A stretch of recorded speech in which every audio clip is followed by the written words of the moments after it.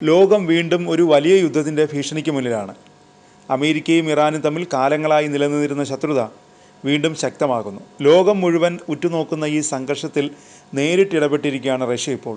ഇറാനെ അമേരിക്ക ആക്രമിച്ചാൽ മൂന്നാം ലോക മഹായുദ്ധം ഉടലെടുക്കുമെന്ന മുന്നറിയിപ്പാണ് റഷ്യൻ പ്രസിഡന്റ് വ്ളാഡിമിർ പുടിൻ നൽകിയിരിക്കുന്നത്. ഇത് അന്താരാഷ്ട്ര തലത്തിൽ വലിയ ചർച്ചയാവുകയാണ്. ഇതോടെ ആണവക്കരാറിൽ ഒപ്പുവെച്ചില്ലെങ്കിൽ ഇറാനെ ബോംബിട്ട് തകർക്കുമെന്ന് പറഞ്ഞ അമേരിക്കൻ പ്രസിഡന്റ് ഡൊണാൾഡ് ട്രംപിനും പുടിനുമിടയിലെ പുതിയ സൗഹൃദം തകരുന്നു എന്ന റിപ്പോർട്ടാണ് പുറത്തു വരുന്നത്. ട്രംപ് രണ്ടാം തവണ വൈറ്റ് ഹൗസിലേക്ക് തിരിച്ചെത്തിയതിനു ശേഷം കാലങ്ങളായി നിലനിന്നിരുന്ന ശത്രുത അവസാനിപ്പിച്ച് ട്രംപ് പുടിൻ സൗഹൃദത്തിലൂടെ അമേരിക്കയ്ക്കും റഷ്യയ്ക്കും ഇടയിലുള്ള അകലം കുറയുന്നതായാണ് ലോകം കണ്ടത്. ഇരുവരും പല വിഷയങ്ങളിലും പരസ്പര പിന്തുണ നൽകി മുന്നോട്ട് വന്നിരുന്നു. ഇരു രാജ്യങ്ങൾക്കുമിടയിൽ പുതിയ പല ധാരണകൾ നിലവിൽ വരികയും പല ഉപരോധങ്ങളും നീക്കുവാനും നിശ്ചയിച്ചിരുന്നു. എന്നാൽ ഇപ്പോൾ റഷ്യയുടെ ഏറ്റവും വലിയ സൗഹൃദ രാജ്യങ്ങളിലൊന്നായ ഇറാനെ ട്രംപ് ഭീഷണിപ്പെടുത്തിയതോടെ ആ സൗഹൃദം പാളിയേക്കാമെന്നാണ് വിദഗ്ധരുടെ നിരീക്ഷണം. യുക്രൈൻ റഷ്യ സംഘർഷത്തിൽ റഷ്യയ്ക്ക് ഏറ്റവും അധികം ഡ്രോണുകൾ നൽകി സഹായിച്ചത് ഇറാനാണ്. കൂടാതെ നിരന്തരം സാങ്കേതിക സഹായങ്ങളും റഷ്യ നൽകുന്നുണ്ട്. ഇറാൻ്റെ പല സാങ്കേതിക പുരോഗതിയിലും ആ സഹായത്തിൻ്റെ പ്രതിഫലനം കാണാൻ കഴിയും. അതിനാൽ തന്നെ ഇറാനെ പിണക്കാൻ പുടിന് കഴിയില്ല. കൂടാതെ ഇറാനെ ആക്രമിക്കുന്നത് റഷ്യയുടെ ബന്ധത്തിനെതിരായ ആക്രമണമായാണ് പുടിൻ കരുതുന്നത്. യുക്രൈനിൽ റഷ്യ നടത്തുന്ന യുദ്ധത്തിൻ്റെ ഭാഗമായി റഷ്യയ്ക്ക് മേൽ നിരവധി ഉപരോധങ്ങൾ അമേരിക്കയും യൂറോപ്യൻ രാജ്യങ്ങളും ഏർപ്പെടുത്തിയിരുന്നു.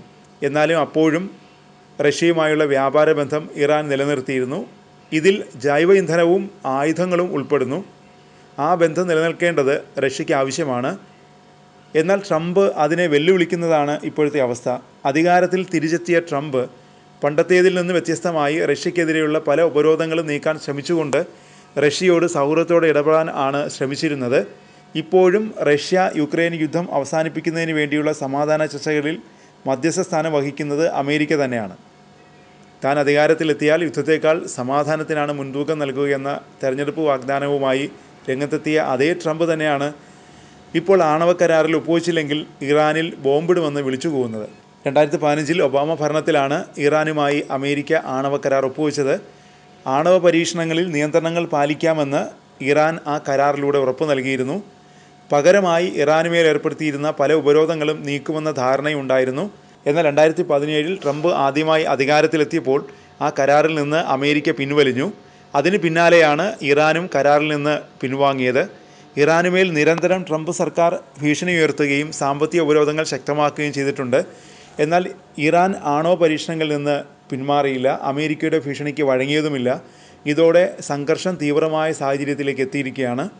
റഷ്യയുടെ ഇടപെടലാണ് ഇപ്പോൾ ഈ വിഷയത്തെ കൂടുതൽ ആശങ്കയിൽ എത്തിച്ചിരിക്കുന്നത്. ഇറാനെതിരെ ട്രംപ് ഉയർത്തിയ ബോംബ് ഭീഷണിയിൽ ഐക്യരാഷ്ട്രസഭയിൽ ഇറാൻ സർക്കാർ ഔദ്യോഗികമായി പരാതി നൽകിയിരുന്നു. അമേരിക്കക്കകത്തും ട്രംപിൻ്റെ നിലപാടുകൾക്കെതിരെ ശക്തമായ പ്രതികരണങ്ങളാണ് ഉയരുന്നത്. യുദ്ധങ്ങൾ ഇല്ലാതാക്കുമെന്ന് വാഗ്ദാനം ചെയ്തുകൊണ്ട് അധികാരത്തിലെത്തിയ ട്രംപ് ഇപ്പോൾ യുദ്ധഭീഷണി മുഴക്കുന്നതിനെ ട്രംപ് അനുകൂലികൾ വരെ വിമർശിക്കുന്നുണ്ട്.